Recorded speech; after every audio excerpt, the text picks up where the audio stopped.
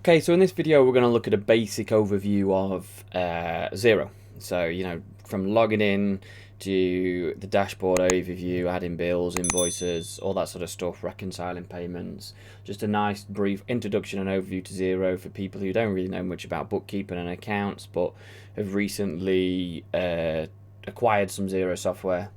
With the new regulation that's coming in the UK, making tax digital, more and more small businesses will be doing this. So you might find yourself here from looking into it and thinking, oh god, I don't know how this works. So we're just going to try and make it nice and simple for you, because I appreciate it can be a daunting task, and it isn't really. Once you get into it, it's nice and simple to use, and it makes everything easy. So let's just jump in. So to log in, if you just type in Xero, log in into Google, the first one that comes up will be a Xero.com login. You could just type in this into the URL bar as well, and just click login, put in your details, and occasionally it may ask you to do two-factor authentication, which is just an app that you download, and it sends you a little message which pops up and says, yes, it's me, no, it's not me, and you just click on the yes, it's me, and it lets you in. Sometimes you have to do it multiple times in the same day on the same computer, which is annoying, and if you're logging for a new computer, you have to do it, but it's just there obviously for protection on the account. So dashboard overview. This is generally speaking what a typical dashboard may look like. You can see on the left hand side here, I've got some bank accounts connected. So if you didn't know, you can connect your bank account directly to Xero. If this wasn't here, you'd have an option to connect account. I'm on a dummy demo company at the moment, so it's not giving me the option to actually go and connect a new account, but you would have that option on yours. Now that is different for everybody, because it's going to take you to, once you click on that, it's going to ask you who you bank with, and it's going to take you to the online login for your bank. So that's not something, unfortunately, that I can run through with you, but it is fairly self-explanatory. It'll take you to the online login for your bank. It'll ask you to log in as you would do normally for your online banking, and it'll ask you to select the accounts which you want to connect to Xero. And about every 3 months, I think it is, you'll have to just renew that connection by doing the same thing, but it'll come up and it'll tell you on Xero this needs reconnecting, and you click on it, you do it, and every day it will import the statements from the day before, so you have all the ingoings and outgoings from your bank account, which you then need to reconcile, or in layman's terms just match to something within Xero, so a bill or an invoice. So it's really good for making sure that everything that is going in and out of your bank account has something attached to it for the company accounts. So when you come to do your quarterly VAT return or the profit and loss at the end of the year, it's nice and simple, because you're not going through loads of pieces of paper of receipts that you spent here and there and loads of invoices and all that sort of stuff. It's just been done as and when you sort of been going about your day-to-day business in Xero. So it's really useful for that. On the other side here, and by the way, you can add stuff. You can edit the dashboard up here, and you can click show, and you can add new widgets in and stuff like that. But if we just, there's some basic ones they've got. So at the top they've got like an accounts watch list, and then beneath it they've got some invoices owed to you, and from here you can do a new invoice, and you can check overdue and awaiting payment and any drafts you might have. And the same with bills, basically exactly the same thing: draft, awaiting, and overdue, and you can put in a new bill. We've got expense claims as well, so we can see if there's any to review, and we can see if there's any to pay. And your team members can have their own app. You can add them in, so they can have their own app just for expenses, where they can put in put in the receipts and stuff that they've claimed expenses for, and they'll pop into here for you to click in and review and approve. And then when you pay them, they will appear in this the bank statement import each day that we just spoke about, and then it will automatically match them. And we'll go through this in a bit, but it will automatically match them, and then you can click OK. So that's a quick dashboard overview. You can add stuff, you can take stuff out, you can change how things look in there, but it gives you a nice quick overview. Across the top, so we've got the select sections across the top. We've got business, and if you click on it, it's going to give you all different types of things. Today we're just going to focus on invoices and bills to pay. In accounting, you've got like reports and other things, such as age payables and balance sheets, profit and loss, all that sort of stuff. I mean, these are just all different types of reports that you can click on easily. Really what this section is for accounting reports. We've got payroll. Generally speaking, think it's wise to maybe let your accountant just deal with the payroll, but they can come in here and they can connect it up to add your employees and stuff like that and connect it to HMRC, so your pay just goes straight over to them. And then again, when you pay them from your bank account, it'll automatically create you something to reconcile that transaction in your account against in here. So it's a nice and useful way of using that.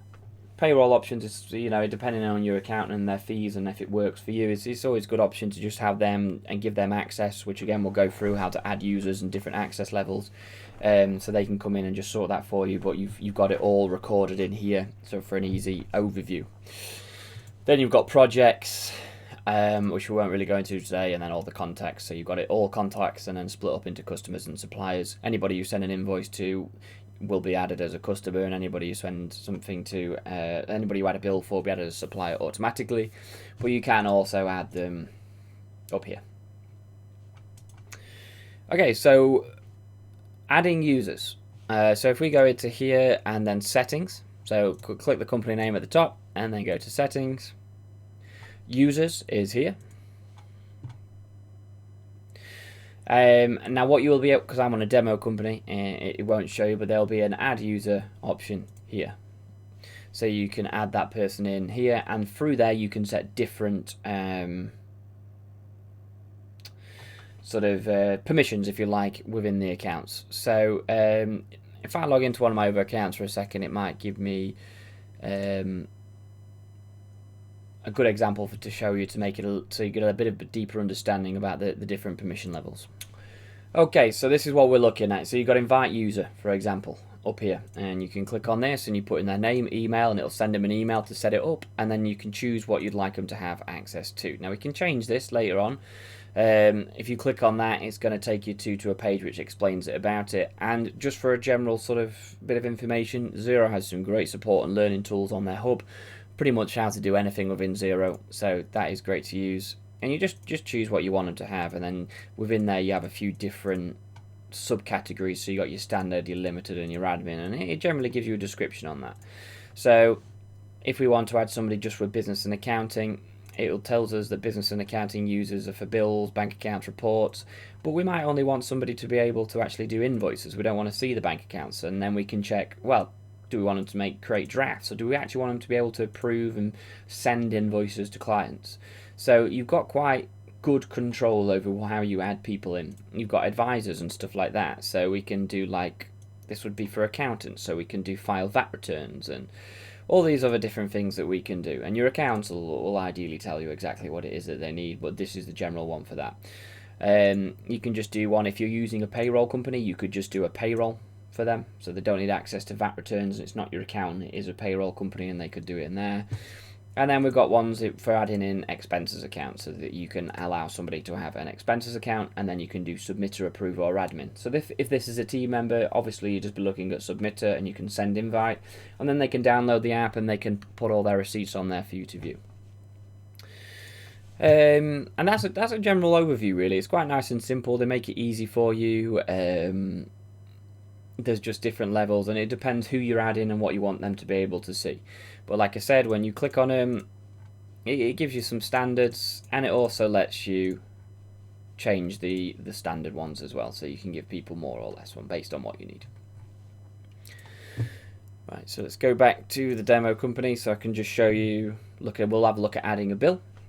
So two ways of doing this. You can click new bill here, and it'll take you through to this, or you could click on business, and you could click on freeway, so you could click on bills to pay, and it would take you into here, which you could click new bill, or you could click on this plus button up here and you could click bill.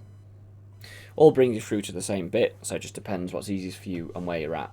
Now in here you may have some products that you've put in, and we'll go through products as well and how to add them. That you could put in, and it's already got in there how much it is, if there's VAT and purchases and stuff like that. Or we can just type something in here. So let's say somebody sent us an invoice today. We can just type something in, how much the quantity is, if it's how much it costs, what account we need to put that to. So it could be a variety of different things. We've got cost of goods sold, purchases, cleaning, consulting. Purchases is obviously when you've clicked a product that you buy and sell. So it just depends really what it is that you're actually putting this bill in for. Is it rent? Is it rate? Is it IT software? Is it printing and stationery? Pretty self-explanatory, and you can add it and change these. We won't go through that in that video because Xero, when you set it up, it gives you like a standard set anyway, and I think it's good to just leave it as that for now because it pretty much covers everything unless you're getting quite specific. And you just choose exactly what it is. So we'll just call this one advertising and marketing, and it adds a tax rate.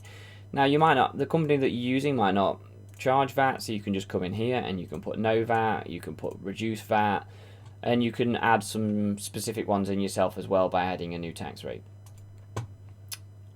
Now if you want to add the actual invoice in, we'd click on here and you can drag and drop, or you can click upload and you can go into your documents and you can upload a file and it will store it in here for you. So when your accountant or yourself come to do your end of quarter VAT returns, all your bills are in there with all the invoices attached to it, and it's got all the VAT. You would just then click approve. And if you got it wrong, it's going to come up like this, that I didn't put in who it was from and I didn't put a due date. So what we need to do is we need to type in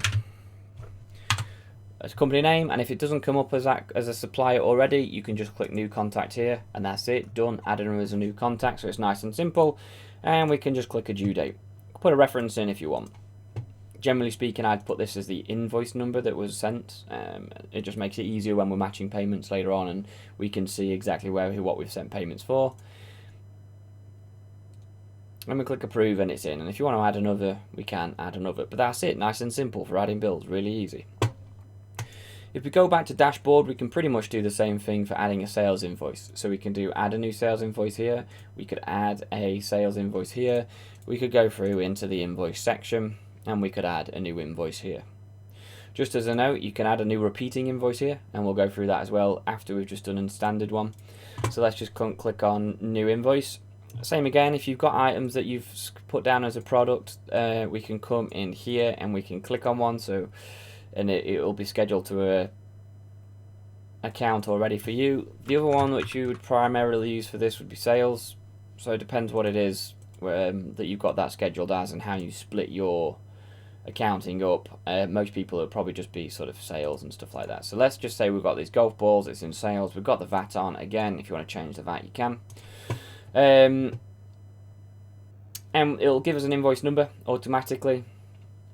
Reference, I just leave blank and it usually uses the invoice number. That works for me, but if you've got like a specific referencing system that you use, you can type that in and you can give a due date, and then you put again who it's to. So we'll just use the test company I created earlier. Again, that's it really. If you do want to attach anything, you can. If there's any detail or product description or anything that you would like to attach to that, you can attach. And we can save as a draft, we can save and submit for approval. So if you have team members who you just want to create the invoices but you don't actually want them sending the invoices until they've been approved, you can just save and click that one. You can click save and add another. We can do approve and add another, approve and next, approve and print. So if we click approve, it's going to come through like this. Now what we need to do from here is we need to click email. If you create this contact already, and you created it in the contact thing, you'd probably put an email in for them, but if you haven't, and we'll just use mine from here, you can just put one in here so you don't have to go anywhere else and mess around. You can choose to have the PDF attachment or just as a normal attachment. You can choose to send you as a copy. You can change any of this, and you just click send. That's it really for invoices. Obviously we may want to do something where you do a repeating invoice. So if you come to invoices and then you click this little arrow here and you click new repeating invoice, it looks very similar except for a few different things. So the due date, we have an extra option on the due date now. So generally speaking, what this is it'll give you like days after the invoice date, days after the end of the invoice month, days of the current month. So this section here is how many of these you want it to be. So if it's days after the invoice date, we could put 5. So it would do it 5 days after the 27th of February. If you want to do it days after the end of the current invoice month, so you invoice in a month, but it's always due at the end of said month, just put that in and change that to 0. 0 days after the end of the invoice month, and it'll be due on the end. This depends on your specifics. We can change this to weeks as well. So obviously, if you want to do years, you just put repeats every 12 months. End date, so it might be that you're doing a payment plan and there's an end date in there, so you can come in and you can schedule where that needed to be ended. Again, invoice 2 works the same, so you type in the company that you've put in and references, anything like that. Now in here we can do placeholders because it's a repeating one, so you could put that in there, and you can do the same in here. Go through and from here you can just pick the same things as you did before, or you can just type in and we can apply discounts and everything. From here, the only other thing you need to do is so every month on the 27th of the month, it's going to create an invoice with this information and it's going to send them to this person. So you want to know whether you want to save it, create it and send it as a draft, create it and just approve it, but it doesn't get sent, or create, approve, and send automatically to the customer, which is obviously the most popular one. If we click save, it's going to come up again. It's saved my email address from before, as you can see, which is great. And we're going to just click done. So each month that invoice is going to be repeated and sent. Now, one thing which I think is important to know is the first time you create one of these, it creates an invoice straight away if you've done it on the invoice date as today. If you've set the invoice date in the future for the first one, then it won't have created it yet. But as you can see, I'm here, and underneath sent, it doesn't say sent like the one that we just did before. So the first time you do it, you do need to come into here and just click email and click send. I don't know why it does that. If I leave it, sometimes it does it like the next day or two, but to be honest, I just like to get it sent straight away, so I just come in and I just click send, and then from then on, each one that it does automatically just gets sent. Okay, so that's bills, that's invoices. This is where you can view all your outstanding invoices, all your paid invoices, your repeating, just everything in here that you've created. You can come in here and view, and you can chase people up, and you can see what's owed and all that sort of stuff. Now, moving on to reconciling. So once you've added your bank account in, you'll get this option here which says reconcile how many items there are. What that means is 29 items have been pulled through from our bank account and they need matching to a bill or an invoice in Xero. So if we click in here, generally speaking, what happens is you get these ones in green and you get these ones not in green. So Ridgeway University have paid their invoice number 35, and it's found invoice, and that's this. So sorry, let me take it back 1 second. The left hand side is the bank statements line that have been imported from your bank account. On the left hand side of the left hand side you have spent, and on the right hand side you have received. On the right hand side is where you're going to match it to things in Xero, bills and invoices. It will try and automatically match. As you can see here, this is imported from the bank, and the reference they've included is the same as our invoice number, and they've also got their name on it, so it's matched it pretty easily, and we can just click OK. Same with this, we've got a bill in here for Truxton Property, and then we've made a payment to Truxton Property Management for the exact amount that is, so it's matched it, we can click OK. The other thing where it might come through is you then need to match if it hasn't. If it looks like this and nothing has come through, and if you click match, it's going to bring up all the different bills that you've got in there. So what you need to do is you need to come through and you need to find where Smart Agency is in here as a bill. Now, if it doesn't exist and you haven't added it in, what you can do is let's just click cancel here. So there's two things we're going to do with this. We're going to look at bulk payments, and we're going to look at creating an invoice directly in here. We'll do the create one. So instead of matching, you click create, and you can type who it's for. So we'll use my test company again. You can choose what it's for, so it'll come up with all your accounts. And then if you click add details, it'll take you through to this, and you can change the description to whatever it is that you'd like, and it's just as like we were creating a bill before, but within the reconciling page. And you can, just as you could do there, you could upload a file as well for your invoice, and then you click save transaction and it'll come up here saying okay. So that's how you would reconcile in here if you haven't already put the bill in, but you've got the invoice, you've got all the information, and you just want to do it directly from there. It works the same way, you just create it there and match it straight away. If this is for multiple invoices, so you might get 2 invoices from the same supplier and you've got them on 30 to 90 day terms, and you've just made a bulk payment to clear a few invoices. You would come in here and you'd click find and match, and then if we, 2 things, you could scroll down and find them, or we could just do a search. And there they both are, as you can see. So all we do is tick both of them, and there they are, matched, done, okay. Nice and simple. So that is just how you do a bulk payment if you are paying multiple invoices off at one point. And that's it, really nice and simple. So as you can see, you come down here and it's got everything that's coming for your bank, so you have to match it to something to clear it off. So you've got a good reminder of, well, we did spend this money, so we must find the invoice, we must have it somewhere, we must have the receipt, and if not, we can contact the person to get it. And when you come to doing your monthly profit and loss reports and your cash flow reports and your quarterly VAT returns and all that sort of stuff, everything is pretty up to date, and you can, if it's not, you can easily find out where it wasn't up to date because you've got a record of your bank account importing in. Hopefully that gives you a good overview of all of that. One thing we will go through, actually, sorry, before we finish up, is products. So if we come to business and then products and services, in here is where you can add your different products and services. So if we click new item up here, you can import as well if you've got them on a CSV. If you've got everything stored on a Google Sheet, you could just bulk chuck straight in. So that's really useful. Obviously, you have to create a code for it, a name. We can track the inventory items, so we can track how much of that we've got.